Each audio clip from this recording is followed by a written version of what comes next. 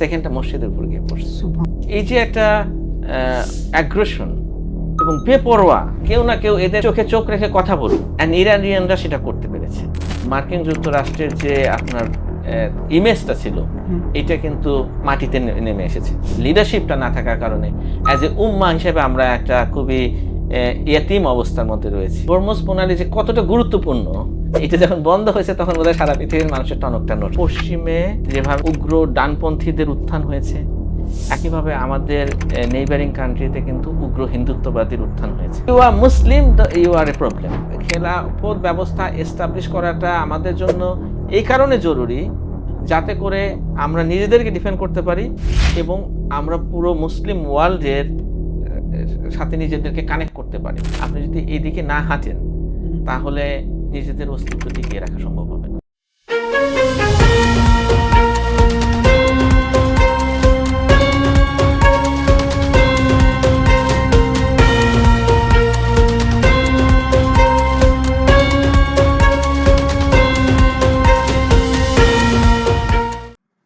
আউযু বিল্লাহি মিনাশ শাইতানির রাজিম। বিসমিল্লাহির রহমানির রহিম। আসসালামু আলাইকুম ওয়া রাহমাতুল্লাহি ওয়া বারাকাতুহু। স্বাগত জানাই আমাদের আজকের আপোষহীন বার্তায়। আজকে আমাদের আলোচনার বিষয়বস্তু হবে ইরান এবং ইউএসের মধ্যে যে যুদ্ধ চলতেছে সেই ব্যাপারে। এই ব্যাপারে আলোচনার জন্য আমাদের সাথে সংযুক্ত হয়েছেন ব্যারিস্টার রিজাউল করিম। উনি একজন অ্যাডভোকেট, বাংলাদেশ সুপ্রিম কোর্ট এবং একজন পলিটিক্যাল অ্যানালিস্ট। আসসালামু আলাইকুম, কেমন আছেন আপনি? ওয়ালাইকুম আসসালাম, আলহামদুলিল্লাহ। আপনি ভালো আছেন? জি আলহামদুলিল্লাহ, জাযাকাল্লাহ খাইর। আপনি আজকে আসছেন। আপনার সাথে আমরা আমাদের যে প্রিভিয়াস সিজন, যেখানে আমরা ইলেকশন নিয়ে একটা সিরিজ করছিলাম, সেখানে আপনি অনেক কন্ট্রিবিউশন রেখেছেন এবং আমাদের ওই সিরিজটা খুব ওয়েল অ্যাকসেপ্টেড ছিল। আমাদের খুব ভালো রেসপন্স পাওয়া গেছে। তো আজকে আমাদের সিজন 5-এ প্রথম এপিসোডে আপনি আবার আসছেন। সো আপনার কাছে আমরা অ্যাজ অলওয়েজ অনেক গ্রেটফুল যে আপনি সময় করে আবার আসছেন ইনশাআল্লাহ। না, এটা আমার জন্য সবসময় আনন্দের আপনার শোতে আসা। আশা করি আমরা আমরা ভালো আলোচনা করতে পারবো। আমাদের যে দর্শক রয়েছে, তাদের যে চাহিদা রয়েছে, তাদের যে আমাদের ডিসকাশন, তারা যেটা জানতে চায় আমাদের কাছ থেকে, সেটা আমরা তুলে ধরতে পারবো। জাযাকাল্লাহ খাইর ওয়ান্স এগেইন। সো আজকে যেটা আমি বলতেছিলাম যে আমাদের আলোচনার বিষয়বস্তুটা হচ্ছে যে ইরান এবং ইউএসএ এবং দ্য জায়নিস্ট এন্টিটি, তাদের মধ্যে যে যুদ্ধটা চলতেছে, এটা প্রায় 2 মাস হয়ে যেতেছে এই যুদ্ধের সময়সীমা। তো ইনিশিয়ালি আপনার হয়তো আমেরিকা মনে করছিল যে ওরা হঠাৎ করে যাবে ওইখানে, তাদের টপ লেভেলে কিছু লিডারকে যদি তারা হত্যা করে, হয়তো তারা ভেনিজুয়েলার মতো একটা সিচুয়েশন ক্রিয়েট করতে পারবে বা খুব কুইকলি একটা কোনো চেঞ্জ চলে আসবে, কিন্তু সেই ব্যাপারটা আমরা লক্ষ্য করতে পারতেছি না। তো এই ব্যাপারে আপনার ওভারঅল একটা যদি অ্যানালিসিস আপনি আমাদেরকে জানাইতেন যে কি হইতেছে বা কোথায় প্রোগ্রেস করতেছে। আজকেও শুনতেছি যে আমেরিকা তার ডেলিগেশন পাঠাইতেছে পাকিস্তানে নেগোসিয়েশন করার জন্য, ইরান নট ইন্টারেস্টেড এই ব্যাপারে নেগোশিয়েট করতে। সো ওভারঅল আপনার অ্যানালিসিস জানতে চাইবো এই ব্যাপারে। ওয়েল, দেখেন আসলে যুদ্ধটা কিভাবে শুরু হলো। যুদ্ধটা শুরু হলো যখন আসলে এরা একটা নেগোসিয়েশনের মধ্যে ছিল। সো এটা হঠাৎ করেই তারা এই আক্রমণটা করলো in the middle of the negotiation. মার্কিন যুক্তরাষ্ট্র এবং যে জায়নিস্ট এন্টিটি, জায়নবাদী যে অপশক্তি, তারা মিলে। এবং এটা মানে একেবারে কি বলা যায়, যে আন্তর্জাতিক আইনের তো একটা লঙ্ঘনই, এবং যে কূটনীতির যে শিষ্টাচার, সেগুলোরও একদম বাইরে। বিকজ আপনি একটা নেগোসিয়েশন হচ্ছে, সেখানে ইভেন যেটা ইরান দাবি করছে এবং আরও ইন্টারন্যাশনাল বিভিন্ন মহল থেকে বলা হচ্ছে যে যখন তারা একটা প্রোগ্রেস করতেছিল এই নেগোসিয়েশনে, সেই রকম একটা জায়গায় যখন মানে হঠাৎ করে তারা মানে সারপ্রাইজ অ্যাটাকটা করেছে। আর সেকেন্ডলি দেখেন অ্যাটাকটা করেছে, এবং তারা কি করেছে, প্রথমেই তারা টপ লিডারকে তারা হত্যা করেছে, অ্যালং উইথ দ্য আদার যারা টপ পার্সোনালিটি ছিলেন। তো এটাও কিন্তু একটা মানে সাধারণত একটা আন্তর্জাতিক আইনের মধ্যে পড়ে না, বা আপনার এমনি কোনো ইন্টারন্যাশনাল নর্মসের এটা আসে না আর কি, যে আপনি টপ লিডারকে এইভাবে হত্যা করবেন, স্পেশালি একটা নেগোসিয়েশন চলতেছে। হ্যাঁ, এবং সেই টপ লিডার এবং তার একটা ব্যাকগ্রাউন্ড রয়েছে, সে এবার সর্বোচ্চ নেতা রাষ্ট্রের, এবং সে ধর্মীয় একটা লিডার হিসেবে ধরা হয়। সুতরাং এটা একটা ব্যাপক ক্রিটিসিজম হয়েছে বিভিন্ন জায়গা থেকে।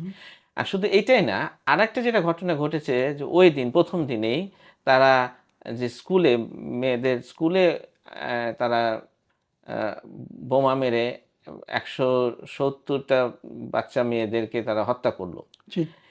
এবং এইটা মানে আমেরিকান যে ওখানে ওয়ারশিপ রয়েছে সেখান থেকে আসছে হুম, হুম। টম হ্যাক যে মিসাইলের হুম। মাধ্যমে। এবং এটা নিয়ে আরো পরবর্তীতে আমি আরো দেখতেছিলাম বিকজ খুবই হৃদয় বিতরক জি, আরকি। ডেফিনিটলি। এবং ইভেন আপনার যারা নন মুসলিম এবং আমেরিকান বিভিন্ন সোর্স থেকে হুম, এবং কংগ্রেসের বিভিন্ন জায়গা থেকে, যেমন মার্জরি টেলর গ্রিন ওনার একটা ইয়ে থেকে উনি বলতেছিলেন, অ্যান্ড শি ওয়াজ ভেরি মানে একদম ইমোশনাল হয়ে গেছিলেন হুম, হুম, যে ইউএস এর একটা মানে মিসাইল গিয়ে এভাবে বাচ্চা মেয়েদের হত্যা করেছে। হুম, অ্যান্ড ওরা কিন্তু প্রথমে বলতেছিল যে এটা আমরা ইনভেস্টিগেট করতেছি, এটা কে হুম, হুম। করেছে। জি, হ্যাঁ, জি, জি, জি। ইভেন তারা এমনও বলতেছিল এটা বোধহয় ইরানিরা নিজেরাই করেছে। নিজেরাই হ্যাঁ, করছে। মানে কত বড় একটা মানে অথচ টমাহক হ্যাঁ, মিসাইল টমাহক কিন্তু হ্যাঁ, খালি হ্যাঁ, ওদেরই আছে। হ্যাঁ। আমেরিকারই আছে। হ্যাঁ। এবং পরবর্তী দেখেন এবং যেখান থেকে এই মিসাইলটা ছোড়া হয়েছে বলা হচ্ছিল যে মানে আমি যে অ্যানালাইসিসটা ফলো করতেছিলাম যে ওদের এত প্রিসিশন রয়েছে যে লাইভ এটার লোকেশন তারা ট্র্যাক করতে পারছে সেটা কোথায় যাচ্ছে। হুম, হুম, অ্যান্ড এটা যখন আক্রমণ করেছে প্রথম দুটো মিসাইল পড়েছে ওই স্কুলের উপরে। প্রথমটা পড়েছে যখন বাচ্চারা স্কুলে মানে সবে তারা সকালবেলা এসেছে, হুম, আর্লি মর্নিং এ তারা ব্যাগ ট্যাগ গোছাচ্ছে এরকম সময়। হুম, তারপরে এরা যখন প্রথমটা পড়ার পরে তারা পাশে একটা প্রেয়ার রুম আছে মসজিদে, ওখানে চলে গেছে হুম। আশ্রয় নেওয়ার জন্য। সেকেন্ডটা মসজিদের উপর গিয়ে পড়ছে। সুবহানাল্লাহ। সো এবং এটা মানে কোনোভাবে হতে পারে না যে এটা একটা মিস্টেক বা এটা তারা মানে ভুল ক্রমে গেছে। হুম, হ্যাঁ, বা কোলাটেরাল ড্যামেজ হোয়াটএভার যেটা তারা বলতে চাইতেছে এখন। হুম, হুম, কারণ এটার এমন টেকনোলজি তাদের কাছে রয়েছে, দেখেন তারা যখন যাকে মারতে চাচ্ছে, হুম, টপ লিডারকে মেরেছে, পরবর্তীতে আরো কিছু টপ পার্সোনালিটিকে তারা কিন্তু টার্গেট করে, করে মেরেছে। হুম, সুতরাং তারা কিন্তু এটা নিয়ে প্রাউডও করে যে যখন আ আমরা আক্রমণ করি, আমরা একটা প্রিসাইজ আক্রমণ করি। হুম, হুম। তার মানে আর যখন তাহলে স্কুলের মেয়েদেরকে তাহলে তোমরা প্রিসাইজলি টার্গেট করেই মেরেছো। জি। যেমন তাদের লিডারশিপ হ্যাঁ, থেকে মেরেছে। সো এটা ইট হ্যাঁ। ক্যানট বি মানে আপনার টেকনোলজিক্যাল কোনো আ মালফাংশনিং না। হুম, এটা ইনটেনশনালি তারা করেছে। হুম, এবং এইটার মধ্যে দিয়ে যেটা হয়েছে দেখেন যে এখানে মানে এই যুদ্ধের হুম, এমনিতে নেগোসিয়েশনের মধ্যে আক্রমণ করাটা একটা অবৈধ ব্যাপার। হুম, যেখানে আপনি যখন এরকমভাবে সিভিলিয়ান বাচ্চা মেয়েদেরকে টার্গেট করেন, তখন এটার আর কোনো বৈধতার কোনো জায়গা নাই। হুম, এটা একটা মানে ক্লিয়ারলি একটা ওয়ার অফ অ্যাগ্রেশন, খুবই বারবারিক। এবং এই ক্ষেত্রে ইরানিয়ানরা মানে দে আর ভিকটিম হুম, অ্যান্ড মানে তাদের কোনো চয়েস নাই তো আর। হুম, সো তারা তাদেরকে রিটেলিয়েট করতে হয়েছে, তাদেরকে নিজেদেরকে ডিফেন্ড করতে হয়েছে। হুম, যেটা হয়েছে যে এই যুদ্ধের মধ্যে থেকে আমি দেখি যে সারা পৃথিবী জুড়ে অলরেডি তো ইসরায়েলের যে বর্বরতা ছিল গাজাতে, তার কারণে হুম, তারা মানে এই জায়নবাদীদেরকে মানে সারা পৃথিবীতে তারা অনেক সমালোচনার মুখে। হুম, অ্যা কিন্তু এই ইরানের ঘটনার পরে এটা আরো বেড়েছে এবং হুম, মানে আন্তর্জাতিকভাবে আসলে ধরেন ইউএস যারা আসলে বিশ্বের নেতৃত্ব দিচ্ছে, হুম, তাদের কাছ থেকে মানুষ আরো রেসপন্সিবল আ বিহেভিয়ার মুভ প্রত্যাশা করে। হুম, এই কারণে দেখেন পরবর্তীতে আমরা কি করলাম যে তারা কিন্তু এটার আর কোনো সাপোর্টার পাচ্ছে না। জি। যেটা আপনারা দেখেন ব্যাক ইন ইরাক যুদ্ধের সময় তারা একটা ন্যারেটিভ তৈরি করেছিল। হুম, মিথ্যা হোক যাই হোক তাদের দে হুম, টুক টাইম। তারা হুম, ইউনাইটেড নেশন এটা নিয়ে আলোচনা করছে। সেখানে হুম, তারা করার চেষ্টা করেছিল। জি, প্লাস হচ্ছে পাবলিক ওপিনিয়ন তৈরি করার চেষ্টা করেছিল। বাট দিস টাইম রাউন্ড এটা সো একেবারে নেকেড। জি, হ্যাঁ? এবং কারোর কাছ থেকে এজন্য তো ইউরোপিয়ান লিডারদের তার কাছ থেকে সাপোর্ট পাচ্ছে না। কারণ এখানে কে সাপোর্ট করবে? কোন সুস্থ মানুষ কিন্তু এটা সাপোর্ট করতে পারে না। জি, জি। সুতরাং এইটার বিরুদ্ধে ইরানীদেরকে দাঁড়াইতে হইছে। হুম, এবং এই অপারেশনের বিরুদ্ধে তারা যে দাঁড়িয়েছে, এটা বরং মানুষ এটাকে স্যালুট করতেছে। হুম, মানে ওয়ার্লড ওয়াইড।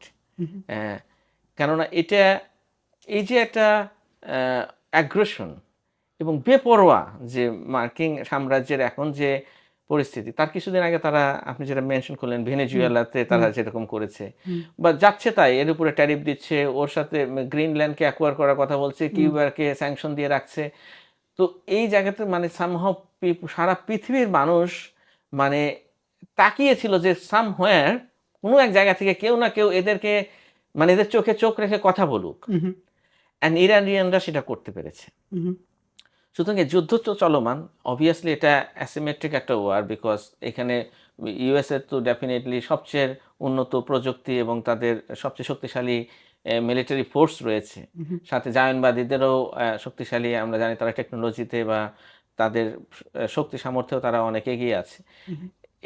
এরা যৌথ ফোর্সের সাথে যখন ইরান টিকে আছে, দ্যাট ইজ সামথিং, একটা মেসেজ দেওয়া হচ্ছে সারা ওয়ার্ল্ডের কাছে যে যে মার্কিন সাম্রাজ্যের যে দাপট, তাদের যে মোরালগিরি সারা ওয়ার্ল্ডে, এটা এখন কিন্তু হুমকির মুখে, কোশ্চেনের মুখে, বিকজ তারা যে এই যে গালফ কান্ট্রিগুলোর যে সিকিউরিটির দায়িত্বটা ছিল, সেই সিকিউরিটি তারা আর প্রোভাইড করতে পারছে না, এবং তাদের ওয়ারশিপকে তাদের ফিরিয়ে নিয়ে যেতে হচ্ছে। বিভিন্ন রকম রিপোর্ট আসতেছে, তারা দে আর স্ট্রাগলিং। তাদের যে ওভারঅল ইমেজ, সেই ব্যাপারে যদি কিছু বলতেন। যে না, ইমেজ তো ডেফিনেটলি, মানে এই যে ইরানের দাঁড়িয়ে যাওয়ার কারণে, এটা দেখেন কতটা ইম্পর্টেন্ট, যে অনেক সময় একটা শক্তির বিরুদ্ধে আমরা মনে করি যে ওই পরিমাণ শক্তি যদি আমাদের না হয়, তাহলে বোধহয় আমাদের লাগতে যাওয়া ঠিক হবে না। এটা কিন্তু অনেকের একটা মেন্টালিটি আছে। সো কিন্তু আপনাকে চিন্তা করতে হবে যে আপনি যখন একটা হকের উপরে আছেন, আর আপনার সাথে যদি অন্যায় হয়, তাহলে আপনাকে সেই অন্যায়ের বিরুদ্ধে দাঁড়াতে হবে। এটাই হচ্ছে আপনার, মানে আপনার দায়িত্ব। তো আপনাকে চিন্তা করবে দায়িত্ববোধ থেকে, যে আপনি যখন দাঁড়াবেন, এরপরে দেখবেন যে আপনার মানে আল্লাহ সুবহানাহু ওয়া তাআলা তখন সাপোর্ট ব্যবস্থা করে দেন, তাকে সাহায্য করেন, কিন্তু আপনাকে তো মুভটা নিতে হবে। সো এখন যখন ইরানিয়ানরা তারা ডিফেন্ড করতেছে নিজেদেরকে, তারা মোরাল সাপোর্ট অনেক জায়গা থেকে পাচ্ছে। হ্যাঁ, বিভিন্ন মানবাধিকার সংগঠন বলেন, ইউরোপিয়ান বিভিন্ন লিডাররাও তাদের পক্ষে কথা বলতেছেন। তো এই যে জায়গাটা, এবং মার্কিন যুক্তরাষ্ট্রের বিরুদ্ধে তো আসলে অনেকের অনেক ক্ষোভ রয়েছে। সো এখানে টিকে থাকে যদি ইরান যেভাবে, তাহলে দেখা যায় এখান থেকে আরো অনেক ধরনের সে সাপোর্ট হয়তো পাবে, বাট এটা কাউন্ট করে কিন্তু সে দাঁড়ায় নাই। তাকে দাঁড়াইতে হয়েছে বিকজ মানে শি ওয়াজ বাউন্ড টু, তার অস্তিত্বের এক্সিস্টেনশিয়াল থ্রেট তার জন্য। আর মার্কিনীদের জন্য, জায়নবাদীদের জন্য এটা তো তাদের হচ্ছে ওয়ার অফ চয়েস। যদিও জায়নবাদীদের ক্ষেত্রে তারা চায় আসলে মোর কেওস। মার্কিন যুক্তরাষ্ট্রের তো প্যাসিফিক কোনো পলিসি রয়েছে, কিন্তু ওভারঅল আমি যেটা বলবো যে যখন আপনি দাঁড়িয়ে যাবেন, তখন দেখবেন যে আপনি আপনার শত্রুর বিরুদ্ধে তখন আপনি সাহায্য আসতে থাকবে, বিভিন্ন সোর্স থেকে আসতে থাকবে। তো যে কারণে ইরান এখনো টিকে আছে। অবভিয়াসলি আমরা প্রেডিক্ট করতে পারবো না যে আসলে এটা কোন দিকে যাবে, কত দূর পর্যন্ত যাবে, কিন্তু যত দূর হয়েছে ইজ গুড এনাফ। মার্কিন যুক্তরাষ্ট্রের যে আপনার ইমেজটা ছিল, এটা কিন্তু মাটিতে নেমে এসেছে, এবং আমরা অলরেডি দেখতে পাচ্ছি যে অনেক বড় বড় মানে তাদের অ্যালাই যারা ছিল, তারা কিন্তু তাকে সাহায্য করতে চাচ্ছে না, ডিনাই করতেছে, এবং তার লিডারশিপের বাইরে চলে যাচ্ছে অনেক কিছু। সে কোরিয়ানরা সরাসরি ইরানের সাথে যোগাযোগ করতেছিল তেল কেনার জন্য, যেটা জাপানিজরা ডিফারেন্ট মুভ নিচ্ছে। তাইওয়ানের বিরোধী দলের নেত্রী গিয়ে চায়নার সাথে কথা বলছে, তারা মনে অনেক বছর পরে, হ্যাঁ, তারা মনে করতেছে যে না, মানে মার্কিন যুক্তরাষ্ট্র are not capable to protect us anymore. So এটাই হচ্ছে একটা বড় শক্তির পতনের জন্য যথেষ্ট, কেন আপনার উপরে যখন মানুষ আস্থাটা হারিয়ে ফেলবে, কারণ আলটিমেটলি তো আপনার ইন্টারন্যাশনাল ওয়ার্ল্ড অর্ডারে কি এটা, মানে এটা একটা ম্যাটার অফ আস্থা, ট্রাস্ট, যে এ আমাকে প্রোটেক্ট করতে পারে। এই আস্থাটা যখন চলে যাবে, ইন রিয়েল টাইম কি হবে সেটা পরের জিনিস, কিন্তু আস্থা যদি না থাকে, তাহলে তো আপনার আর সেই মোরালগিরিটা থাকছে না। জি, যেরকম হয়তো আমরা ইতিহাসে সোভিয়েত ইউনিয়নের ক্ষেত্রে দেখছি যে যখন আফগানিস্তানের সাথে তাদের এরকম একটা হইতেছিল, দ্য মোরাল ডিক্লাইন, এমন না যে তাদেরকে যুদ্ধে খুব অপদস্থ করে ফেলছিল, তাদের যেই মোরাল যখন যেই ডিফিটটা হয়েছে, এরপরে the whole thing just collapsed. Exactly, কারণ যুদ্ধের ক্ষেত্রে আপনার একটা তো অন দ্য ব্যাটল ফিল্ডে মিলিটারি অ্যান্ড যে ইকুইপমেন্ট এটা নিয়ে যুদ্ধ হয়, কিন্তু এর বাইরে এখনকার বিশ্বে এটা খুব ইম্পর্টেন্ট, এবং আই গেস এটা আগেও ছিল, একটা ন্যারেটিভ যুদ্ধ আছে কিন্তু। তো ন্যারেটিভ যুদ্ধে আমেরিকা হেরে যাচ্ছে, এবং তার খোদ নিজের রাষ্ট্রের মধ্যে পাবলিক ওপিনিয়ন অনেক, মানে তারা কিন্তু এটাকে ধরে রাখতে পারছে না। It's interesting. আপনি যদি দেখেন যে সোশ্যাল মিডিয়ার মধ্যে বিভিন্ন আপনি দেখবেন যে ন্যারেটিভ ওয়ার যেই কথাটা বলতেছেন, আপনি যে ইরানের যেই লেগো টাইপের যে ভিডিওগুলি তারা রিলিজ করতেছে, these are hugely popular amongst US population. Forget exactly. Forget about মানে পুরো বিশ্বের যে মানুষ, মানে আপনি যদি একটা ভিডিও দেখবেন যে 100,000 মিলিয়নস অফ লাইকস অফ এই ভিডিওর মধ্যে, এবং সেগুলি কনস্ট্যান্টলি ট্রেন্ডিং হইতেছে। সো ওভারঅল দেখা যাইতেছে যে ডেফিনেটলি এখানে তাদের রাইট। এরা কিন্তু আপনার দীর্ঘদিন ধরে মানে ইরান একটা মানে bad egg in the middle east, হ্যাঁ, বা ইরানের বিরুদ্ধে অনেক অপপ্রচার করা ছিল। হুম। এটার একটা তাদের একটা অডিয়েন্স আছে যারা মনে করবে এরকম, এবং সেই অডিয়েন্স গুলোকেও তারা এখন হারাচ্ছে, আমি এটা জি বলছি। জি জি জি। কেননা আপনি যে ওয়েতে আক্রমণটা করেছেন। আরেকটা ব্যাপার হচ্ছে, আপনি যদি লক্ষ্য করেন যে নেতানিয়াহু অ্যারাউন্ড 90s থেকে বলে আসতেছে যে Iran is only 3 months 4 months away, weeks away from মানে নিউক্লিয়ার ওয়েপেন তৈরি করার জন্য তাদের অলমোস্ট সব কিছু রেডি। এটা কিন্তু সে 90 সাল থেকে বলে আসতেছে। তো এখন ওই কথাগুলির ভ্যালু হয়তো অনেকটা কমে গেছে। বিকজ তাদের স্টেটমেন্টের মধ্যে যে কন্ট্রাডিকশন, এক এক সময় দেখুন প্রেসিডেন্ট ট্রাম্প সকালে এক কথা বলছে, কিছুক্ষণ পরে তার নিজের কথার সাথে নিজেই কন্ট্রাডিক্ট করছে, পরের দিন গিয়ে আর এক কথা বলতেছে। সো এই সমস্ত কারণে তাদের যে স্টেটমেন্ট, তাদের যে ন্যারেটিভ, এইটা আর মানুষ একসেপ্ট করছে না। বরঞ্চ একটা হাসির পাত্র হয়ে গেছে তারা। Exactly, exactly. Moving along with the discussion, আমাদের বাংলাদেশের প্রেক্ষাপটে একটু আলোচনা করতে চাই। একটা হচ্ছে আপনার প্রথমত আমি ধার্মিকভাবে চিন্তা করব, যেহেতু বাংলাদেশের মানুষ আপনি জানেন যে আমরা অধিকাংশ আহলুস সুন্নাহ, মানে আমরা সুন্নি মুসলিম, হুম হুম এবং আমরা শুনে আসছি এবং জানি এখন যে ইরান হচ্ছে একটা শিয়া কান্ট্রি। যদিও আমরা জানি ওয়ার্ল্ড ওয়াইড শিয়া পপুলেশন অ্যারাউন্ড ধরেন 10%-এর মতো, কিন্তু ইরান হচ্ছে শিয়া ওয়ার্ল্ডের the country, the leader, the country, এবং তাদের দেশের জনগণ মেজরিটি শিয়া, এবং তাদের যে লিডারশিপ, তাদের যে স্ট্রাকচার এবং তাদের যে ভিত্তি, এটা সব শিয়ার যে ক্রিড তার উপর ভিত্তি করে। এখন আমার প্রশ্ন হইতেছে যে আমরা বাংলাদেশেও কিছু স্কলাররা বলতেছে যে তারা শিয়া, আমরা সুন্নি, তাদের সাথে আমরা মিশতে পারবো না।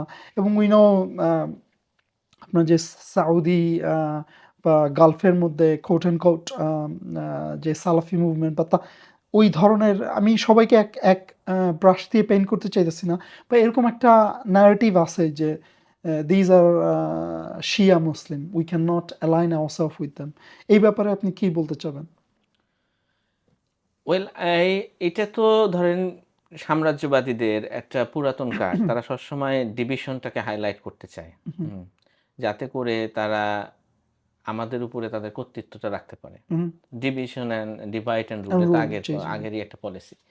অ্যান্ড মার্কিন যুক্তরাষ্ট্রের যে মিডল ইস্টের পলিসি, এটার মধ্যে কিন্তু মানে যে তাদের যে আর্কিটেকচারটা, সেখানে ইরান এবং আপনার এই জায়নবাদী যে স্টেটটা, এইটা দুটো খুঁটি। এই দুটো খুঁটি তারা দেখে, দুটাকে জুজুর ভয় দেখিয়ে তারা গালফ কান্ট্রিগুলোর নিরাপত্তার কথা বলে সেখানে তারা অস্ত্র বাণিজ্য করে, তাদের মানে যে রিসোর্স রয়েছে, যে জ্বালানি সম্পদ রয়েছে, এগুলোর উপরে তারা কর্তৃত্ব রাখে। সো ইরানকে কিন্তু তাদের এই প্রজেক্টের জন্য দরকার ছিল। সো এই কারণে অনেক সময় ভাবা হতো যে ইরান এবং মার্কিন যুক্তরাষ্ট্র হয়তো কখনো ফুল স্কেল ওয়ারে যাবে না, কিন্তু পরিস্থিতি চেঞ্জ হয়। হ্যাঁ, অ্যান্ড যদিও বিগত অনেক সময় আমরা দেখেছি বিভিন্ন মার্কিন যুক্তরাষ্ট্রের এই মিডল ইস্টার্ন প্রজেক্টে ইরান বিভিন্নভাবে রোল প্লে করেছে, কিন্তু এটা মানে যে জিনিসটা আসলে আমাদের নোট নিতে হবে যে এটার পাশাপাশি করলেও ইরানের একটা নিজস্ব এজেন্সি ছিল, they had their own preparation, যেটা এখন প্রকাশ পেয়েছে। সো এই জিনিসটা ইরান করতে পেরেছিল জন্য আজকে ইরান দাঁড়িয়েছে জন্য আমরা মানে সারা পৃথিবীর মুসলিমরা আমরা কিন্তু এক রকমের একটা হোপ দেখতে পাই। হ্যাঁ, অথবা আমাদের এটা ভালো লাগে যে এই রকম মানে যারা আগ্রাসন চালায়, হ্যাঁ, যারা বর্বর, তাদের বিরুদ্ধে কেউ না কেউ কথা বলছে। দেখেন ইরান যদি ফল করে তাহলে আসলে এই এই জায়নবাদীদের আর কোনো কিন্তু বাধা নাই currently. G, G, open because যেটুকু রেজিস্ট্যান্স আসতেছে সেটুকু কিন্তু এখান থেকেই, ইরান জি, অথবা জি, ইরানের প্রক্সি যারা রয়েছে জি, তারাই। জি, জি। তো এই কারণে তারা এটাকে ধ্বংস করতে চাচ্ছে। তো তারা যখন চিন্তা করে হুম, তখন কিন্তু তারা আসলে সুন্নি না শিয়া এটা চিন্তা করে না, তারা মুসলিমদের কথা চিন্তা করে। জি। বা তাদের স্বার্থের কথা তাদের চিন্তা স্বার্থের কথা চিন্তা মানে মুসলিমরাই একটা মানে ওই জায়নিস্টদের জন্য মুসলিমরাই হচ্ছে তাদের বড় সমস্যা। বড় সমস্যা তারা পাশে মনে করছে হুম, এটাকে শেষ করতে হবে। হুম, সুতরাং যখন তারা সাদ্দাম হোসেনকে নিয়েও কিন্তু মার্কিন যুক্তরাষ্ট্র খেলেছে, পরে শেষ হলে তাকেও শেষ করে দিয়েছে। হুম। ঠিক না? তো এটা তো তাদের প্রজেক্ট। লিবিয়াতে লিবিয়াতে গাদ্দাফি। একটার পর একটা রাষ্ট্র তারা হুম, ধরবে। তো আসলে সিয়া সুন্নির ইস্যু না। হুম, ইরান ফল করলে তারা অলরেডি টার্কি নিয়ে কথা বলছে। হুম। পাকিস্তান নিয়ে পাকিস্তান নিয়ে কথা কথা বলছে। বলছে। তাহলে তারা একটা না একটা ধরবে। তো যখন পাকিস্তান ধরবে হুম, তখন কি আমরা এটা বলবো যে ওরা তো পাকিস্তানি, ওরা ৭১ এ আমাদের উপরে অত্যাচার করছে, ওরা ওরা মরে শেষ হয়ে যাক। হুম, হ্যাঁ? তারপরে আপনার যখন মানে এই সৌদিকে ধরবে বা যাকে ধরবে, যেকোনো হুম, মুসলিম রাষ্ট্র ধরবে, আর আমরা কিন্তু একটা না একটা এক্সকিউজ নিয়ে আসবো। হুম, সৌদি ধরবে তখন বলবো যে ওরা মাতখালি, ওরা হুম, সালাফি, ওরা আমাদের সাথে যায় না। হুম, তাহলে আসলে যদি আপনি মুসলিম ওয়ার্ল্ডের কথা চিন্তা করেন, এটা তো এটা আল্লাহর রহমত যে এত বৈচিত্র্য রয়েছে, এত বিশাল একটা উম্মাহ। হুম। বিভিন্ন মানে সেই আফ্রিকা, মিডল ইস্ট, আমাদের এশিয়া, সাউথ ইস্ট এশিয়ার বিভিন্ন বিশাল ফার ইস্ট, ফার ইস্ট মিলে বিশাল একটা জনগোষ্ঠী, সব জায়গায় ইসলাম রয়েছে। তো ওভার দ্য টাইম এখানে আমাদের গতিশীল নেতৃত্ব না থাকায় ইসলামের অনেক চিন্তা ভাবনার মধ্যে অনেক রকমের আমি বলবো যে শ্যাওলা জমে গেছে। হ্যাঁ, অনেক ধরনের আপনার গার্বেজ ঢুকে গেছে। হ্যাঁ, কিন্তু ওভারঅল আপনি এই যে উম্মাহ, এটা তো উম্মতে মুহাম্মদ, জি। এবং রাসূল সাল্লাল্লাহু আলাইহি সাল্লাম বলেছেন আমার উম্মতের মধ্যে খায়ের আছে। জি। তো আমরা এই উম্মতের উপর হোপ রাখবো। লিডারশিপের কথা যদি আপনি ধরেন তাহলে আপনি সব লিডারগুলোই তো দালাল। সুন্নি লিডারগুলো আমরা কি দেখতে পাই? জি, জি, আমরা জি। কাউকে, এই যে এত বড় শক্তি নিয়ে দাঁড়িয়ে আছে তুরস্ক, কই আমরা গাজায় যখন অত্যাচার এই যে গণহত্যা চলতেছে চোখের সামনে, তারা কন্টিনিউয়াসলি তাদের ইসরায়েলের সাথে সম্পর্ক রেখে যাচ্ছে। সাপ্লাই দিয়ে যাচ্ছে তাদের বিভিন্ন জি, জি। বাণিজ্যিক রিলেশন কন্টিনিউ করে যাচ্ছে। তা আমাদের এই সরঞ্জামাদি তো কোনো কাজে আসতেছে না। পার্শ্ববর্তী দেশ ইজিপ্ট, ইজিপ্ট, পুরো রাফা রাইট, ক্রসিং, রাইট। রাফা ইয়ার মধ্যেও পাকিস্তান, তারা সৌদি আরব কেউ তো এগিয়ে আসতেছে না। আসতেছে না। হ্যাঁ। সো মানে আমি বলব যেগুলো কিন্তু মানুষের কিন্তু সবার ফিলিংস আছে। সারা পৃথিবী জুড়ে আপনি দেখবেন সবাই গাজার জন্যে হুম, সবার ফিলিংস রয়েছে। সবাই চায় যে গাজা মানুষের পাশে দাঁড়াতে বা হুম, আল আকসা মুক্ত হোক। এটা হুম, সমস্ত ২০০ কোটি মুসলমানেরই কিন্তু দাবি। জি। কিন্তু আমাদের লিডারশিপ আমাদেরকে ফেল করতেছে। হুম, সো আমি যখন ইরানের কথা আসবে আমি কিন্তু আসলে লিডারশিপের দিকে তাকাচ্ছি না। হুম, লিডারশিপের অনেক আপনার হিস্ট্রি রয়েছে, ব্যাকগ্রাউন্ড রয়েছে বা তাদের মতো তাদের জিনিস রয়েছে। কিন্তু দ্য পিপল, হুম, তারা তো পার্ট অফ দ্য মুসলিম উম্মাহ। জি।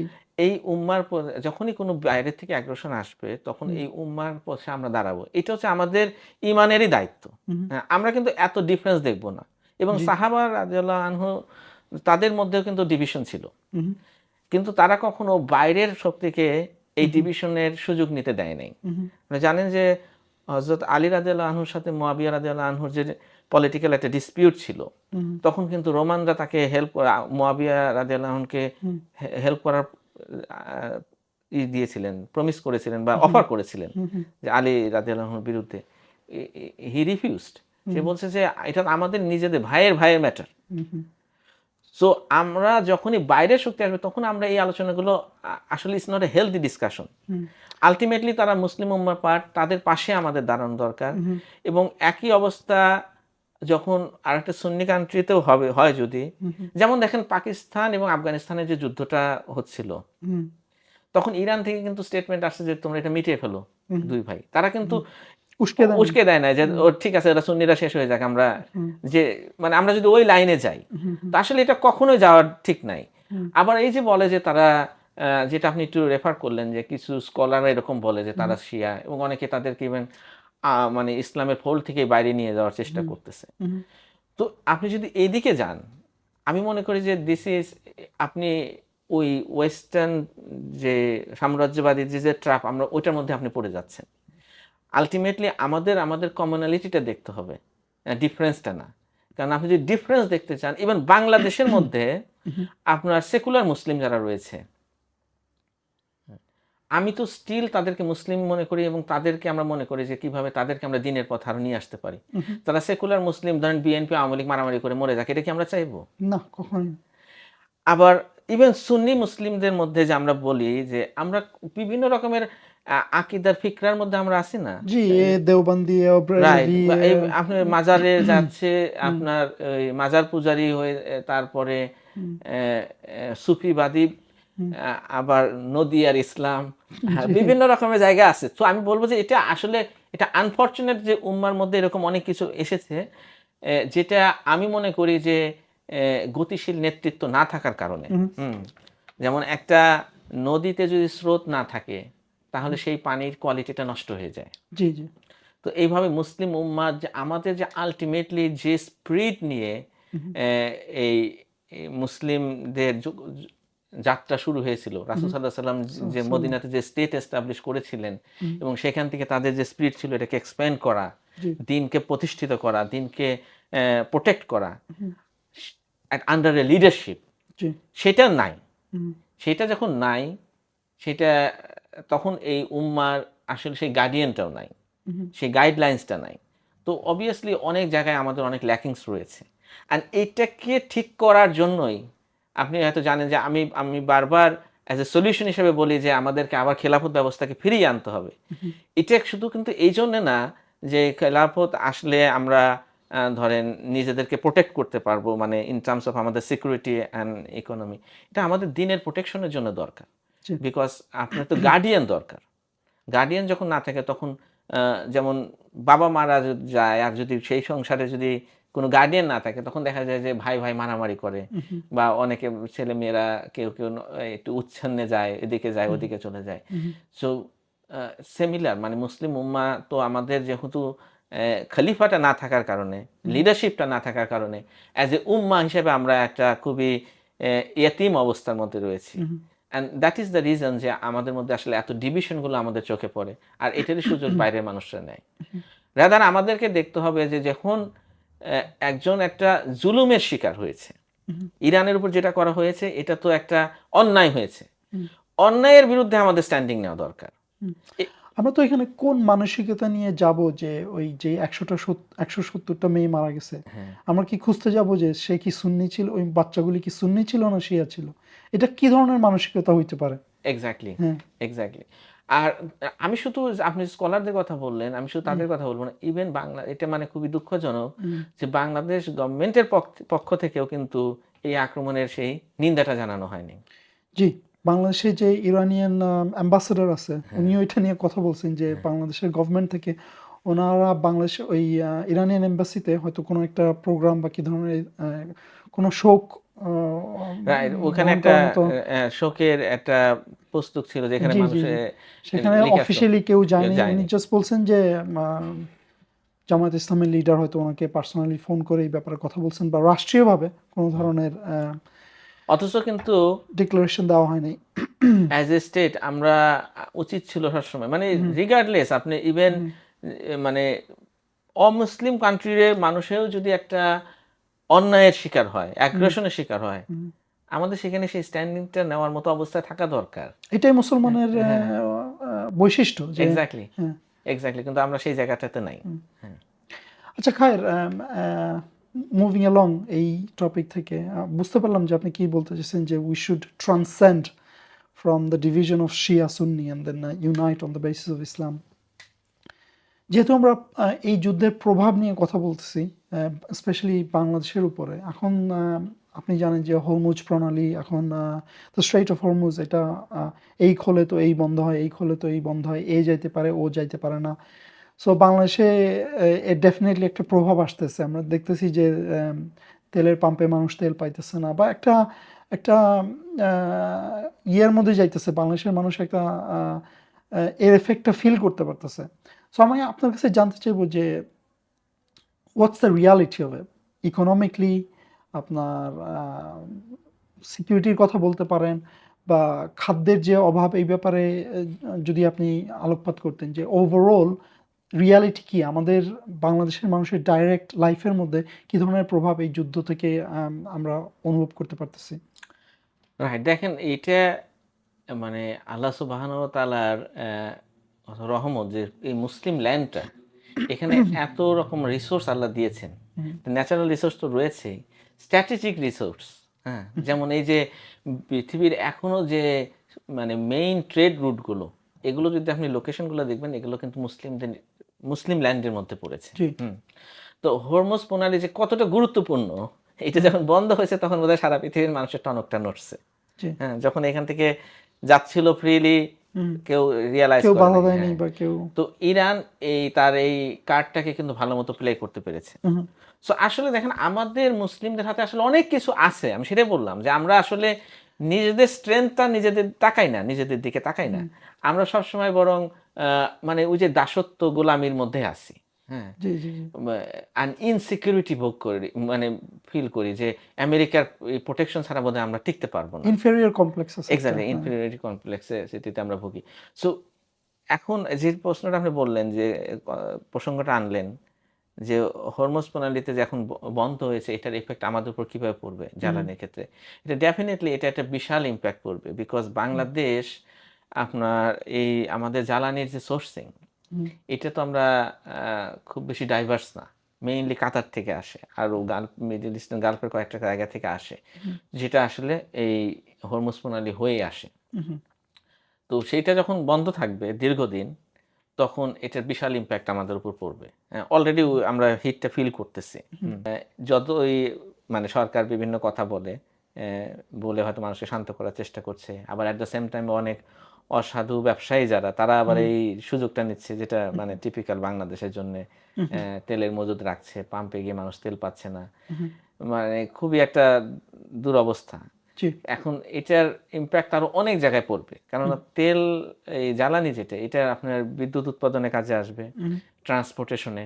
তো সব জায়গায় কিন্তু মানে অলরেডি তো দ্রব্যমূল্যর দাম অনেক বেশি। মানুষ এফোর্ড করতে পারে না, এরকম একটা হুম, অবস্থা। যখন সবকিছুর দাম বাড়বে, তখন এটা একটা আরো বড় ক্রাইসিসের দিকে আমাদের নিয়ে যাবে, যদি দীর্ঘদিন এই যুদ্ধটা চলতে থাকে। হুম, প্লাস হচ্ছে এই এই জায়গা থেকেই এই রুট দিয়েই কিন্তু আসে হচ্ছে আপনার আ সার যেটা, ওকে। হ্যাঁ।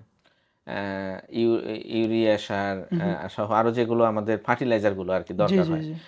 তো আইদার সার আসে অথবা সারের কাঁচামালটা আসে। পেট্রোলিয়াম প্রোডাক্ট থেকে সারটা হয়, যেটা আমাদের দেশেও সারের কারখানা রয়েছে। হুম, কিন্তু কাঁচামালটা ওইখান থেকে আসে। হুম, তো যখন এটাও আসতে পারবে না, তখন আপনার এই পুরো খাদ্যশস্য উৎপাদনের উপরে, বিকজ আমাদের যে ইরি ধানের চাষ হয়, এখানে প্রচুর হুম, আপনার সার ফার্টিলাইজারের দরকার প্রয়োজন, হয়। হ্যাঁ। তো সেটা না হলে আপনার এটার উৎপাদন কমে যাবে। হুম, তো আমাদের ফুড সিকিউরিটিতে আমরা আ ক্রাইসিস দেখা দিবে। হুম, তো ওভারঅল আসলে এই উম শুধু বাংলাদেশ না, আরো পৃথিবীর অনেক দেশই এফেক্টেড হবে। হুম, কিন্তু বাংলাদেশের জন্য এটা আরো দুর্ভাগ্য যে আমরা অ্যাজ এ কান্ট্রি এত বছর পরেও আমাদের যে বেসিক জিনিসগুলো, যে একটা রাষ্ট্রের যে বেসিক তার মানে এনার্জি সিকিউরিটি, এটা তো একটা বেসিক জিনিস। হুম, সেটাকে আমরা আমরা কোনো প্রপার প্ল্যানিং করি নাই, কোনো কন্টিনজেন্ট প্ল্যান রাখি নাই। বরং আমরা এই অন্যদের দ্বারা এমনভাবে নিয়ন্ত্রিত।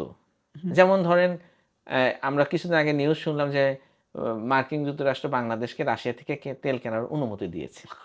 আচ্ছা, কি ধরনের মানে এম্বারেজিং উদারতা। একটা ব্যাপার, হ্যাঁ? তো ইভেন সেই আমরা যখন রাশিয়া থেকে তেলটা নিয়ে আসবো, সেটা আবার এখন আলোচনা চলছে যে সেইটা রিফাইন করার ক্যাপাবিলিটিস আমাদের নাই। হুম, তো বলা হচ্ছে সেখান থেকে কিনে এসে ইন্ডিয়াতে রিফাইন করে তারপরে বাংলাদেশে নিয়ে আসতে হবে। হুম। ইন্টারেস্টিং। এবং বাংলাদেশের যে মানে, মানে একটা দেশ এত মানে পপুলেশনের, হ্যাঁ? হুম, ১৮ কোটি মানুষের দেশ। আপনার একটা প্ল্যানিং থাকবে না? আপনি সেই ইস্টার্ন রিফাইনারি, যেটা পাকিস্তান আমলে এস্টাবলিশ হয়েছে, তারপর থেকে আর কোন রিফাইনারি করা হয় নাই। হুম, তাহলে মানে আমরা দেখেন একটার পর একটা গভর্নমেন্ট আসছে গেছে, পলিটিক্যাল গণতান্ত্রিক আমরা লড়াই, হ্যাঁ, দেখছি, চেতনা কত চেতনা, আসলো গেল, উত্থান-পতন। হ্যাঁ। কিন্তু আমাদের বেসিক যে জায়গাটা, আমাদের যে খাদ্য নিরাপত্তা, এনার্জি নিরাপত্তা, এই জায়গাগুলোতে আমরা ফোকাসই করতে পারি নাই। হুম, বিকজ আমরা আসলে কোনো রেসপন্সিবল লিডারশিপই আমরা পাইনি, হুম, দুঃখজনকভাবে। তো এখন এর চেয়ে আরেকটা বড় বাধা যেটা দেখা দিচ্ছে, এই মানে যদিও ধরেন হরমুজ প্রণালী কোনো না কোনোভাবে একটা সেটেলমেন্টের মধ্যে আসে। হুম, অ্যা যেমন অনেকেই যোগাযোগ করতেছে ডিরেক্টলি ইরানের সাথে। হুম, যেমন কোরিয়ানরা করতেছে। আমরা শুনছি চায়না তেল পাচ্ছে ওই জায়গা থেকে। অর্থাৎ যারা ইরানের সাথে ভালো সম্পর্ক হুম, রাখতেছে, বা ইরানিয়ানরা যে কন্ডিশনটা দিচ্ছে, ওরা যে টোল বা অন্যান্য কন্ডিশন দিচ্ছে, ওদের গ্রিন সিগন্যাল যারা পাচ্ছে, তারা ওখান থেকে তাদের যেতে জাহাজটাকে নিয়ে পারতেছে, আসতে হ্যাঁ। পারতেছে। আমাদের জন্য এটা ডিফিকাল্ট হয়ে যাবে কেন জানেন? আমাদের বিকজ আমরা আমাদের যে গত যে সরকারটা ছিল, যে হুম, ইন্টারিম গভর্নমেন্ট, হুম, তারা জাস্ট তাদের টেনিওরটার একদম শেষের দিকে গিয়ে 2 দিন আগে তারা মার্কিন যুক্তরাষ্ট্রের সাথে একটা বাণিজ্য চুক্তি করে, হুম, যেটা অনেক আলোচিত হচ্ছে। জি, জি। এবং সেই চুক্তির 4.2 নাম্বার যে আর্টিকেলে অনুযায়ী মানে বাংলাদেশ মানে এমন কোন জায়গা থেকে বাণিজ্য করতে পারবে না যেটা মার্কিন যুক্তরাষ্ট্রের স্বার্থের সাথে সংঘাতপূর্ণ। অর্থাৎ যেহেতু এখানে মার্কিনদের সাথে ইরানের দ্বন্দ্ব, হুম, হুম, সুতরাং আমরা যদি ওখান থেকে ইরান থেকে তেল আনতে যাই, তাহলে হুম, মার্কিন যুক্তরাষ্ট্র বলবে তুমি ভায়োলেট করেছো। হুম, সো দেখেন আমরা কতভাবে মানে গোলামির একেবারে জিনজিরায় বন্দী। হুম, হুম। যে মার্কিন যুক্তরাষ্ট্রের মানে তাদের সাম্রাজ্যের এখন অস্তমিত অবস্থা, হুম, পতনের অবস্থা। হুম। তাদের কাছ থেকে এখন আমরা তাদের মানে ছায়াতলে আমরা থাকার তাদের দাসত্ব থেকে দাসত্ব বের হয়ে থেকে আসতে বের হয়ে পারলাম আসতে না। আমরা পারি না। হুম, আরো নতুন, নতুন চুক্তি দিয়ে আমরা জড়িয়ে যাচ্ছি এবং আ এখন যে কারেন্ট গভর্নমেন্ট রয়েছে হুম, বা কারেন্ট, আমি শুধু গভর্নমেন্টের কথা বললাম, টোটাল পলিটিক্যাল সেটআপ যে কারেন্ট আপনার সেকুলার ডেমোক্রেটিক পলিটিক্যাল সেটআপটাই হচ্ছে কিন্তু আসলে সেই মার্কিন যুক্তরাষ্ট্রের বা পশ্চিমাদেরই কিন্তু ব্যবস্থাটারই একটা কন্টিনিউশন। হুম, সো জুলাইয়ে যে আমাদের এত আত্মত্যাগ, এত রক্ত, আসলে ব্যবস্থার কোনো পরিবর্তন হয় নাই। হুম, অনেক বড়, বড় কথা আসছে, অনেক কথা আসছে কিন্তু সেম থিং কন্টিনিউইং। হুম, হ্যাঁ, এবং একই একই ব্যবস্থা। সেই IMF এর কাছ থেকে লোন নিতে হচ্ছে, মার্কিন যুক্তরাষ্ট্রের কাছ থেকে আমাদের অনুমতি নিতে হচ্ছে এবং আমাদের ব্যবসা-বাণিজ্য থেকে শুরু করে সবকিছু তারা নিয়ন্ত্রণ করছে পলিসিতে। সো আমরা ওই জায়গার মধ্যে আটকে আছি। হুম, তো এই পরিস্থিতিতে আমি মনে করি যে আমাদের জা জ্বালানির যে অ্যা নিরাপত্তা, এটা সাংঘাতিকভাবে একটা হুমকির মুখে। হুম, অল্টারনেটিভলি যদি আমরা চিন্তা করি, এই জ্বালানির ক্ষেত্রে যদি বাংলাদেশে একটা মানে প্রপারলি বাংলাদেশী মানুষরা বসে দেশের স্বার্থ চিন্তা করে একটা পলিসির দিক মানে প্রণয়ন করত, তাহলে সিনারিটা ডিফারেন্ট হতে পারত। হুম, হুম। কেন ইভেন আমাদের দেশেই আপনার অ্যা এই যে যতটুকু আমাদের ন্যাচারাল গ্যাস রয়েছে, হুম, অ্যা এর বাইরে আমাদের একটা হিউজ পরিমাণ একটা কয়লার মজুত আছে কিন্তু। হুম, এটা আমি শুধু বড় প্রক্রিয়ার মজুদের কথা বলছি না, সেটা তো আছেই। হুম, এর বাইরে আ আপনি হয়তো জেনে আশ্চর্য হবেন, আমিও রিসার্চ করতে গিয়ে দেখেছি যে আমাদের জয়পুরহাট জেলার জামালগঞ্জে যে কয়লার খনি রয়েছে, হুম, সেখানে ১ম এ পাকিস্তান আমলে এই খনিটার মানে সন্ধান পাওয়া যায়। তখন ধারণা করা হয়েছিল যে এখানে ১০০ কোটি মেট্রিক টন কয়লা রয়েছে। পরবর্তীতে এটা হুম, আবার যখন আপনার বাংলাদেশের যে আপনার বাপেক্স এরা রিসার্চ করে আরো দেখেছে এখানে ৫৫০ কোটি মেট্রিক টন কয়লা রয়েছে। যে কয়লা সুবহানাল্লাহ। উত্তোলন করলে হুম, আমাদের দেশের মানে আগামী 60 to 70 ইয়ার্স এর জ্বালানি আমরা এখান থেকে আমরা পাবো। পাবো। হুম, কিছু ইস্যু রয়েছে। এটা একটু নরমালি যে কয়লাগুলো থাকে এটা আপনার ২০০-৩০০ ফিট নিচে থাকে। এটা হুম, ৫০০-৬০০ ফিট নিচে আছে। ওকে। বাট পৃথিবীতে এরকম চায়নাতে বা রাশিয়াতে এরকম জায়গা আছে যেখানে ১০০০ ফুট নিচের কয়লাও তারা উত্তোলন করতেছে।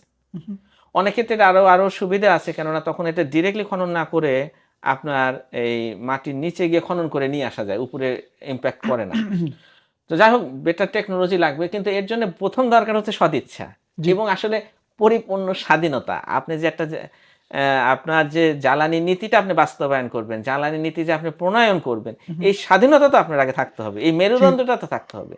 যেটা আনফরচুনেটলি আমাদের নাই। আমরা অলওয়েজ আমরা দেখেন ভারতীয়ের কাছ থেকে আমরা বিদ্যুতের করেছিলাম, হুম, মানে করা আছে আদানির গ্রুপের সাথে, বা রামপাল বিদ্যুৎ কিন্তু যেটাও কিন্তু আপনার কয়লা নির্ভর কিন্তু ইম্পোর্টেড কয়লা। জি, ইম্পোর্ট কয়লাগুলো আবার আসবে কি ভারতের জায়গা থেকে। হুম, সো মানে কি আমরা মানে নিজেদের জিনিস চিন্তা না করে, শত্রু মিত্র চিন্তা না করে, আমরা মার্কিন যুক্তরাষ্ট্র, ভারত যে রাষ্ট্রগুলো আপনি যদি চিন্তা করেন মানে এই পৃথিবীর কারেন্ট রিয়ালিটি, তাহলে একসময় না একসময় বিইং এ মুসলিম কান্ট্রি আমাদেরকে কিন্তু এই আগ্রাসনের শিকার আমাদেরও হইতে হবে। জি, সো জি, তাদের কাছে আমরা আমাদের কার্ডটা তুলে দিচ্ছি। হুম, হ্যাঁ, মানে জ্বালানির নিরাপত্তা তো একটা বড় একটা কার্ড একটা রাষ্ট্রের ডেফিনিটলি, জন্য। ডেফিনিটলি। তো সেটা আমরা তাদের কাছে দিয়ে বাণিজ্যিক ব্যাপারগুলো শুধু তাদের সাথে আমরা হুম, সম্পর্ক রেখে বা তাদের সাথে বিভিন্ন রকম চুক্তি করে মানে নিজেদের অ্যা উম অধঃপতন বা নিজেদের মানে ধ্বংস আমরা নিজেরাই ডেকে আনতেছি। জি, কোনো অল্টারনেটিভ প্ল্যানিং নাই। হ্যাঁ? এবং এটা আনফরচুনেট যে শুধু মানে এই সরকার যারা ছিল বিভিন্ন সময়। শুধু তারা না, আরো যেগুলো গতানুগতিক গণতান্ত্রিক ধারার যে রাজনীতি করে, এগুলো কোনো একটা পলিটিক্যাল পার্টির ইন্ডিপেন্ডেন্ট কোনো থিংকিং আপনার নাই। থিংকিং নাই, পলিসি নাই, রাষ্ট্রটা কিভাবে চালানো হবে। একমাত্র যারা খেলাফতের কথা বলে, হুম, এই খেলাফত প্রতিষ্ঠার কথা বলে, তাদের কাছ থেকে আপনি এই ধরনের কিছু পলিসি পেপার পাবেন, যারা অল্টারনেটিভ দেখিয়েছে যে আমাদের জ্বালানির সোর্স কি কি রয়েছে ইন্টারনালি, এবং সেটা কিভাবে ইউজ করে আমরা জ্বালানিতে স্বয়ংসম্পূর্ণ হতে পারি। সো আপনার আসলে এটা পলিটিক্যালের যে গুণগত পরিবর্তনটা দরকার, এটা you can't expect from this traditional politics. এবং এই কারণে আমি বলি যে যখন পৃথিবী এখন একটা ব্যাপক পরিবর্তনের মধ্যে দিয়ে যাচ্ছে, যেখানে মার্কিন সাম্রাজ্যের একটা আপনার পতন হচ্ছে, এবং একটা নতুন বিশ্ব দিকে আমরা তাকিয়ে আছি, যেখানে হয়তো ধারণা করছে যে আরো মাল্টিপোলার ওয়ার্ল্ডের দিকে যাবে। তো সেখানে মুসলিমরা বা আমরা আমাদের অ্যালায়েন্সটা কিভাবে করব, আমরা আমাদের নিরাপত্তাটা কিভাবে নিশ্চিত করব, এই জায়গাটা আমাদের যে চিন্তা করতে হবে, এইটা না করে আমরা এখনো আওয়ামী লীগ, বিএনপি, জামাত, জাতীয় পার্টি, এনসিপি এই জাতীয় পলিটিক্সের মধ্যে রয়েছি, যেটা আসলে আমাদেরকে কোথাও নিয়ে যাচ্ছে না। আমাদেরকে এইখান থেকে বের হয়ে আসতে হবে, জাতীয় স্বার্থ চিন্তা করে। হ্যাঁ, চিন্তা করে আপনার যে আমাদের এনার্জি পলিসি কি হবে, আমাদের বাণিজ্য আমরা কাদের সাথে করব, আগামী বিশ্বে যদি মাল্টিপোলার যে ওয়ার্ল্ডের দিকে যাচ্ছে, সেখানে আমরা কিভাবে এটা ম্যানেজ করব, and at the same time আমাদের নিজস্ব এজেন্সিটা কি।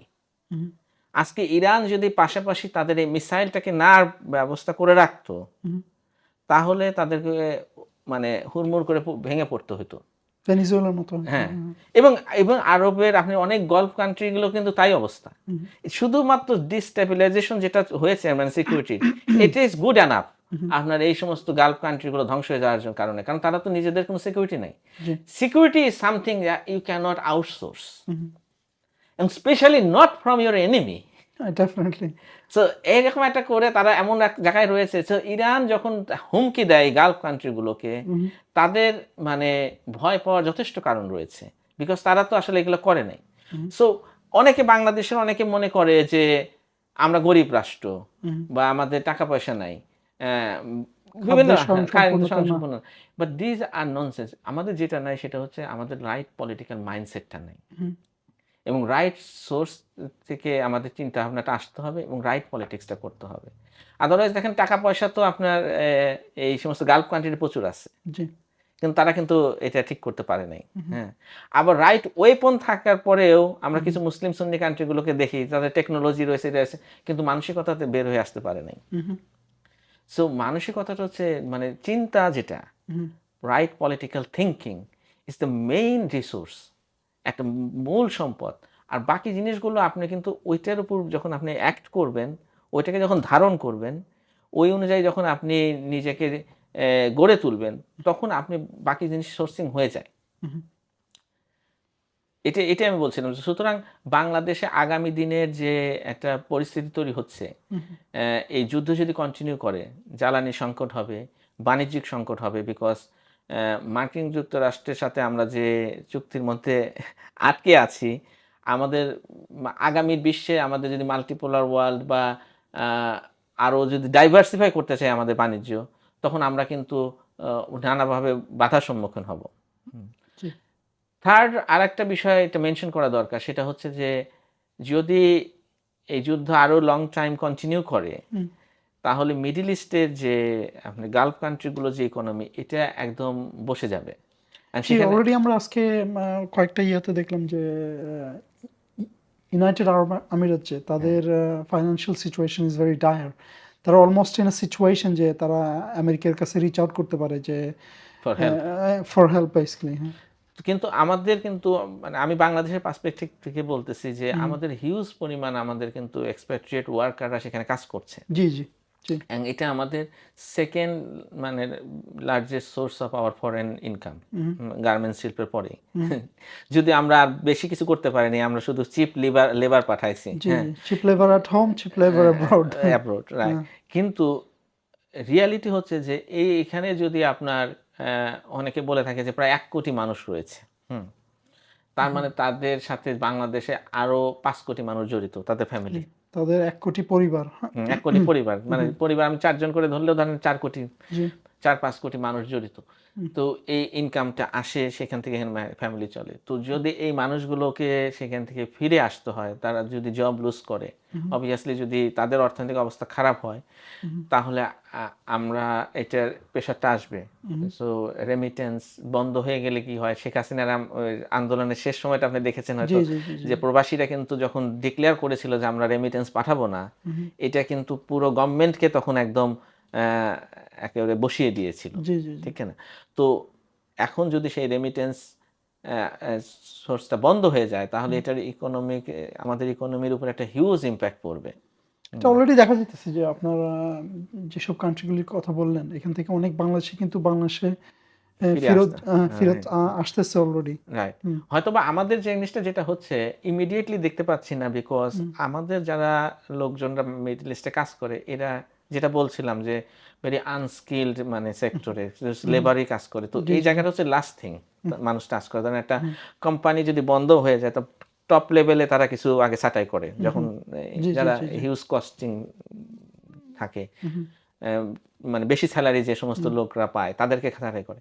ক্লিনার, তারপরে আপনার গার্ড, এদেরকে লাস্ট থিং ছাঁটাই করে জি, জি। একদম যখন বন্ধ হয়ে বিকজ যায়। They cheap. Cheap, exactly. আর এরা হচ্ছে ওই কাজটুকু তো করতেই হয়। হ্যাঁ, তো সুতরাং আমাদের ইম্প্যাক্টটা এখনো যদিও না আসে, কিন্তু লং টার্ম যদি যুদ্ধটা চলতে থাকে, তাহলে এটা ডেফিনেটলি এটা একটা বড় ইস্যু হবে আমাদের জন্য। সো আমি যেটা বলবো যে পৃথিবী মানে একটা র্যাপিড চেঞ্জের মধ্যে দিয়ে যাচ্ছে, যে পরিস্থিতির হয়তো আমরা আগে চিন্তা করি নাই। জি। সো সেইটার জন্য আমাদেরকে প্রস্তুত থাকতে হবে। তো আমাদের লিডারদের কাছ থেকে বা আমাদের যারা দেশে যারা পলিসি মেকার, আমার কাছে কেন মনে হয় যে তারা সেই আগের ফ্রেমওয়ার্কের মধ্যে আটকে আছে। নতুন রিয়ালিটি অনুযায়ী যে তাদের যে আরো ডাইনামিক চিন্তা ভাবনা করতে হবে, এবং সেই অনুযায়ী আমাদের অর্থনৈতিক যে সক্ষমতা গড়ে তুলতে হবে, এইটা মানে আনফরচুনেটলি আমরা এদের কাছ থেকে এক্সপেক্ট করতে পারছি না। That is war we need a new politics, new kind of leadership. জাযাকাল্লাহ খাইর এই ব্যাপারটা খুব ভালোভাবে এক্সপ্লেইন করার জন্য। আজকে আমরা আমাদের আলোচনার শেষের দিকে। তো আমি ভাবতেছিলাম যে আপনার সাথে যেই চেঞ্জের কথা আপনি বললেন যে পুরো বিশ্বের পলিটিক্সের মধ্যে একটা চেঞ্জ আসতেছে। মেবি আমরা একটা ইউনিপোলার ওয়ার্ল্ড থেকে মেবি একটা মাল্টিপোলার ওয়ার্ল্ডের দিকে যাচ্ছি, বা already we are there or thereabouts. এর মধ্যে একটা জিনিস লক্ষ্য করা যায় যে পুরো ওয়ার্ল্ডের মধ্যে একটা ললেসনেস কাজ করতেছে। আমরা দেখছি যে গত 2-3 বছর যাবৎ গাজাতে কি হইছে। আপনার পিপল লাইক নেতানিয়াহু, তাদের বিরুদ্ধে আইসিসির ওয়ারেন্ট আছে, অথচ তারা পুরো পুরো বিশ্বের মধ্যে ঘুরে বেড়াইতেছে। অহরহ আমেরিকায় যাচ্ছে আসছে, ইউরোপে ভ্রমণ করতেছে, কোনো সমস্যা নাই। আমেরিকাও আপনি যেটা বললেন যে তার গুন্ডার মতো আচরণ করতেছে। একদিন বলে যে সে গ্রিনল্যান্ড নিয়ে নিবে, আরেকদিন বলে যে সে কানাডাকে 51 স্টেট বানাবে। ভেনিজুয়েলাতে যায় এরকম তাদের যে টপ লিডার, তাদের প্রেসিডেন্ট বা প্রাইম মিনিস্টার, তাকে ধরে নিয়ে আসছে, সে নাকি ক্রিমিনাল। ইমাজিন যে আপনি একটা সার্বভৌম দেশ, এখানে থেকে আমেরিকা এসে আপনার লিডারকে ধরে নিয়ে যেতেছে তার ইচ্ছা মতো। আপনার ইয়ার মধ্যে কিউবার মধ্যে তারা এরকম সিজ করতেছে। এখন আপনি যেটা আজকের আলোচনা যে ব্যাপার নিয়ে আমরা শুরু করলাম, যে ইরানের মধ্যে যে 170টার মতো স্কুলের বাচ্চাদেরকে টমাহক মিসাইল দিয়ে তারা হত্যা করলো। আলোচনা যেখানে নেগোসিয়েশন চলতেছে ওই সময় যে ব্যাপারটা আমি হাইলাইট করার চেষ্টা করতেছি, যে পুরো ওয়ার্ল্ডের মধ্যে এরকম একটা ললেসনেস কাজ করতেছে। ট্রেডিশনালি আমরা যেটা বলে থাকি যে ইন্টারন্যাশনাল লিগ্যাল ফ্রেমওয়ার্ক, মনে হচ্ছে যে এটা কমপ্লিটলি ব্রোকেন। তো আমরা বাংলাদেশে, যেহেতু আপনি বললেন যে আমাদের চিন্তাভাবনা বা ওই ধরনের সদিচ্ছা বিভিন্ন পলিটিক্যাল বা বিজনেস ক্ষেত্রে দেখা যাইতেছে না, বা এই ধরনের একটা সিচুয়েশনে আপনার ইন্ডিয়া হঠাৎ করে বলতে পারে যে আমাদের তো চিকেন নেকের এরিয়াটা খুব ন্যারো, হোয়াই নট আমরা রংপুর, দিনাজপুর এগুলি দখল করে নেই, তাহলে আমাদের সিকিউরিটিটা বেড়ে গেল। যেরকম জায়নিস হত্যা করতেছে, যে পুরা সাদার্ন লেবাননের একটা নতুন ম্যাপ আঁকে দিছে যে এই জায়গাগুলি তারা দখল করে নিবে, তাইলে তারা they will feel more secure. So বাংলাদেশে যদি এরকম করে, এই ব্যাপারে আমাদের কি কোনো প্রস্তুতি আছে কিনা, বা আমাদের এই ব্যাপারে কোনো চিন্তা আছে কিনা, বা আমাদের এই ব্যাপারে কোনো দূরদর্শিতা আছে কিনা, আপনার অ্যানালিসিস জানতে চাইবো, যে কি মনে করেন এই ব্যাপারগুলি নিয়ে। Definitely that is a possibility, হ্যাঁ, যে বাফার জোন বাড়ানোর যেটা আগামী বিশ্বে যখন আপনার ইন্ডিয়ার সাথে যদি চায়না মোর কনফ্লিক্টের দিকে যায় কোনো কারণে, যেটা অরুণাচল প্রদেশ নিয়ে একটা তাদের রয়েছে, তখন আপনার বাংলাদেশের মধ্যে তাদের আরো জায়গা দখল করা দরকার হতে পারে। বাংলাদেশের কিছু অংশ যেটা আপনি মেনশন জি, করলেন, তাদের পার্বত্য চট্টগ্রাম হইতে হ্যাঁ পারে, রংপুর রংপুর দিনাজপুর হতে হইতে পারে, পারে, রাইট। হ্যাঁ। সো যেভাবে ওরা আমরা দেখলাম যে জায়নিস্টরা বোম্বিং করে একটা ব্রিজ উড়িয়ে দিল, জি জি লেবাননকে জি দুই ভাগ জি করে দিল। জি। তো বাংলাদেশে যমুনা সেতু বা পদ্মা সেতু কোনো একটাকে শেষ করে দিয়ে তাহলে তো উত্তর দক্ষিণ হ্যাঁ ভাগ ডিটাচ হয়ে করে গেল, দিতে হ্যাঁ। পারলো, রাইট। হ্যাঁ, অথবা আপনার আমাদের ফেনীতে যে আমাদের আমাদের এটা একটা কিন্তু আমাদের জন্য চেকেন নেই, জি জি, ওইখানে যদি একটা অংশ তারা বিচ্ছিন্ন দখল করে নেয়, তাহলে তো পার্বত্য চট্টগ্রামটুকু আলাদা হয়ে আলাদা গেল, হয়ে গেল। হ্যাঁ। সো এটা অনেক ইস্যু রয়েছে যেটা ডেফিনেটলি আমাদেরকে ভাবা দরকার। কিন্তু আনফরচুনেটলি কারেন্ট লিডারশিপ যারা বাংলাদেশে, এরা তো এদিকে চিন্তা করতেছে না। তারা এখনো আমাদের ফরেন মিনিস্টার ইন্ডিয়াতে গিয়ে বলতেছে যে বাংলাদেশের জন্য ভারতের চেয়ে মানে বড় বড় বন্ধু নাই। বন্ধু আর কেউ নাই, হ্যাঁ। সো আমরা ওই ফ্রেমওয়ার্কের মধ্যে ঘুরে বেড়াতেছি, নিউ রিয়ালিটিটাকে আমরা মাথায় নিচ্ছি না, হ্যাঁ। এবং নিজস্ব কোনো এজেন্সি নাই, আমি যে কথাটা বলছিলাম যে একসময় ইরানও কিন্তু মার্কিন যুক্তরাষ্ট্রের ফ্রেমওয়ার্কের মধ্যে অনেক রোল প্লে করেছে, but G at G the same time তারা কিছু না কিছু একটা প্রস্তুতি ছিল জন্য আজকে এই জায়গায় দাঁড়াতে পারছে। জি জি জি আমাদের সেই প্রস্তুতিটা নাই, জি। এবং এটা খুবই দরকার হয়ে পড়েছে, এবং এটা আগামী বিশ্বের জন্য এটা মাস্ট। বিকজ যখন আপনার এই ব্রিটেন উড যে আপনার এগ্রিমেন্ট হয়েছিল, তারপরে যখন বিভিন্ন ডিকলোনাইজেশনগুলো হলো, তখন ছোট রাষ্ট্রগুলোকে বলা হয়েছিল, একটা গ্যারান্টি দেওয়া হয়েছিল যে তোমাদের সার্বভৌমত্বকে রেসপেক্ট করা হবে। সুতরাং কেউ কখনো চিন্তা করে না যে আরেকটা স্বাধীন রাষ্ট্র স্বাধীন রাষ্ট্রকে দখল করবে। এটা তখন একটা খুবই অসম্ভব ব্যাপার ছিল। জি যখন 90 যে সাদ্দাম হোসেন কুয়েত দখল করে নেয়, এইটা সারা পৃথিবীতে খুবই নিন্দার ঝড় ছিল, যেটা কিভাবে একটা স্বাধীন রাষ্ট্রকে কেউ দখল করে নিতে পারে। এটা তো, কিন্তু এটা এখন একটা খুব কমন ব্যাপার হয়ে দাঁড়িয়েছে। কেননা আপনি দেখেন লেবানন দখল করে নিছে, রাশিয়া ইউক্রেন আক্রমণ করছে, ক্রাইমিয়া দখল করে হ্যাঁ নিল। ক্রিমিয়া দখল করে নিছে। সো এটা এখন কিন্তু আর ওই জায়গায় নাই যে আমাদের আপনি সার্বভৌমত্বকে কেউ রেসপেক্ট করবে। আর বিভিন্ন জায়গাতে আপনার আগে যেটা আপনার পশ্চিমাদের যে একটা ন্যারেটিভ ছিল, মানবাধিকারের কথা বলেন বা হিউম্যান রাইটসের কথা বলেন, সেলফ ডিটারমিনেশনের কথা বলেন, এই যে জিনিসগুলো, এগুলো মানে ভিতরে যতই ফাঁকা থাকুক, কিন্তু ওভারঅল এটার প্রতি মানুষের একটা আস্থা ছিল। ওভার দ্য টাইম মানুষ জানে যে দিজ আর শুধু টুলস। এবং আমরা দেখেছি যে পশ্চিমে যেভাবে আপনার উগ্র ডানপন্থীদের উত্থান হয়েছে, একইভাবে আমাদের নেইবারিং কান্ট্রিতে কিন্তু উগ্র হিন্দুত্ববাদীর উত্থান হয়েছে। সুতরাং আবার জায়নিস্টরা যেরকম তাদের উগ্র তাদের গ্রেটার ইসরায়েলের প্ল্যান রয়েছে। আমি জানি যে আমাদের এই হিন্দুত্ববাদীদেরও গ্রেটার অখণ্ড ভারতের প্রজেক্ট রয়েছে। সো এবং তারা তো খুবই পরস্পর friend, close ally. The mother country and the father country. Yes, mother and father land. So তারা যে এটাকে এখানে রেপ্লিকেট করবে, এটাতে কোনো সন্দেহ নাই। It's a matter of time. And আমাদের মুসলিম আইডেন্টিটির কারণে ইটস নো ম্যাটার, আপনি সেকুলার হন, সুন্নি হন, শিয়া হন, সুফিবাদী হন, you are Muslim, you are a problem for them. So তারা আপনাকে কখনোই এটা করতে দিবে না। সো আমাদের জন্য এখন কি আমাদের করতে হবে, এটা কি, we have to take our security and authority back in our hand. এটা দরকার।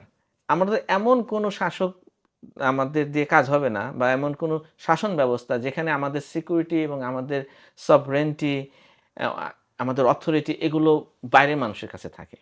এটা আমাদের হাতে আসতে হবে।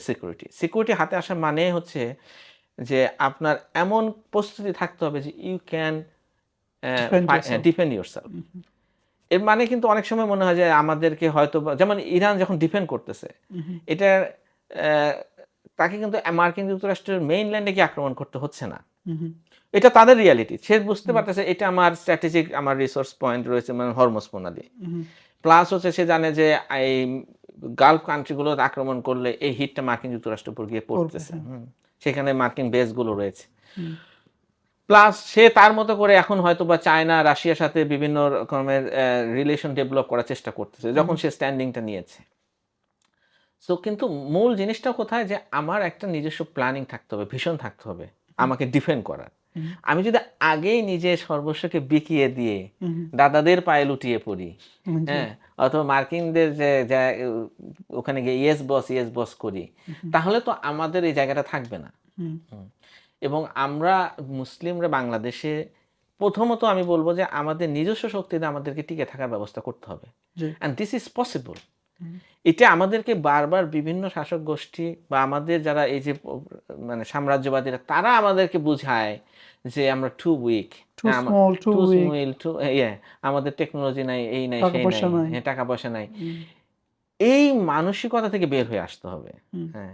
অ্যান্ড আমাদেরকে আমাদের স্ট্রেংথ যেখানে রয়েছে সেটা আমাদের দেখতে হবে। হুম, আমাদের নিজেদেরকে অর্গানাইজ করতে হবে।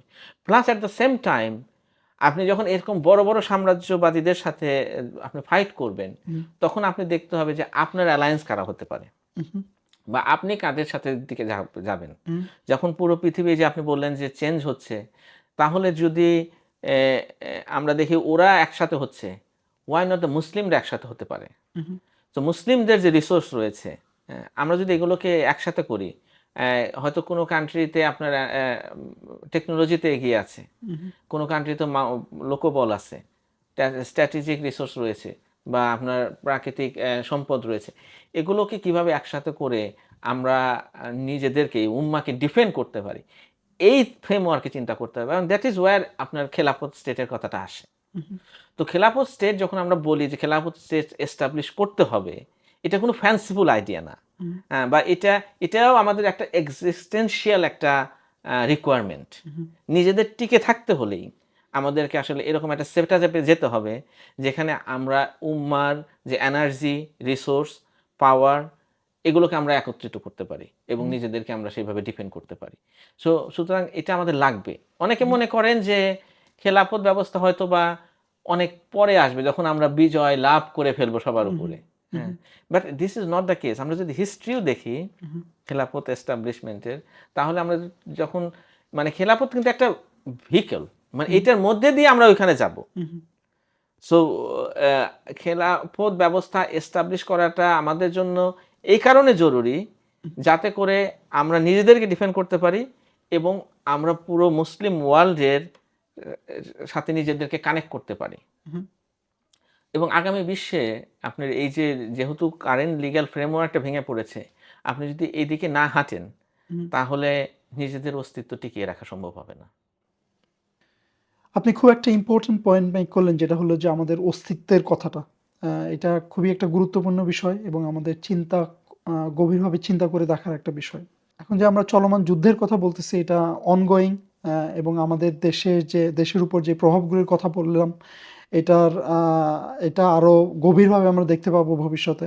তো ইনশাআল্লাহ আজকের এপিসোডে হয়তো আমরা সময় স্বল্পতার কারণে এই ব্যাপারে আরো বিস্তারিত আলাপ করতে পারলাম না। বাট ইন ফিউচার এপিসোড আপনার জন্য আমন্ত্রণ রইল যে আপনি আবার আসবেন এবং এই ব্যাপারে আমরা ডিপলি আরো এনালাইসিস করব এবং আমাদের দর্শকরা এ থেকে উপকৃত হবে ইনশাআল্লাহ। প্রিয় দর্শক, আপনাদেরকে ধন্যবাদ জানাই আমাদের আজকের পর্বে আমাদের সাথে থাকার জন্য। আপনাদের প্রতি আমন্ত্রণ রইল আমাদের আগামী পর্বগুলো দেখার। আপনারা যদি এই পর্ব উপভোগ করে থাকেন, please like and share our content. Our short form contents are on TikTok, Instagram and Facebook. Long form contents are on YouTube and Facebook. দেখা হবে আগামী পর্বগুলোতে। আসসালামু আলাইকুম ওয়া রাহমাতুল্লাহি ওয়া বারাকাতুহু।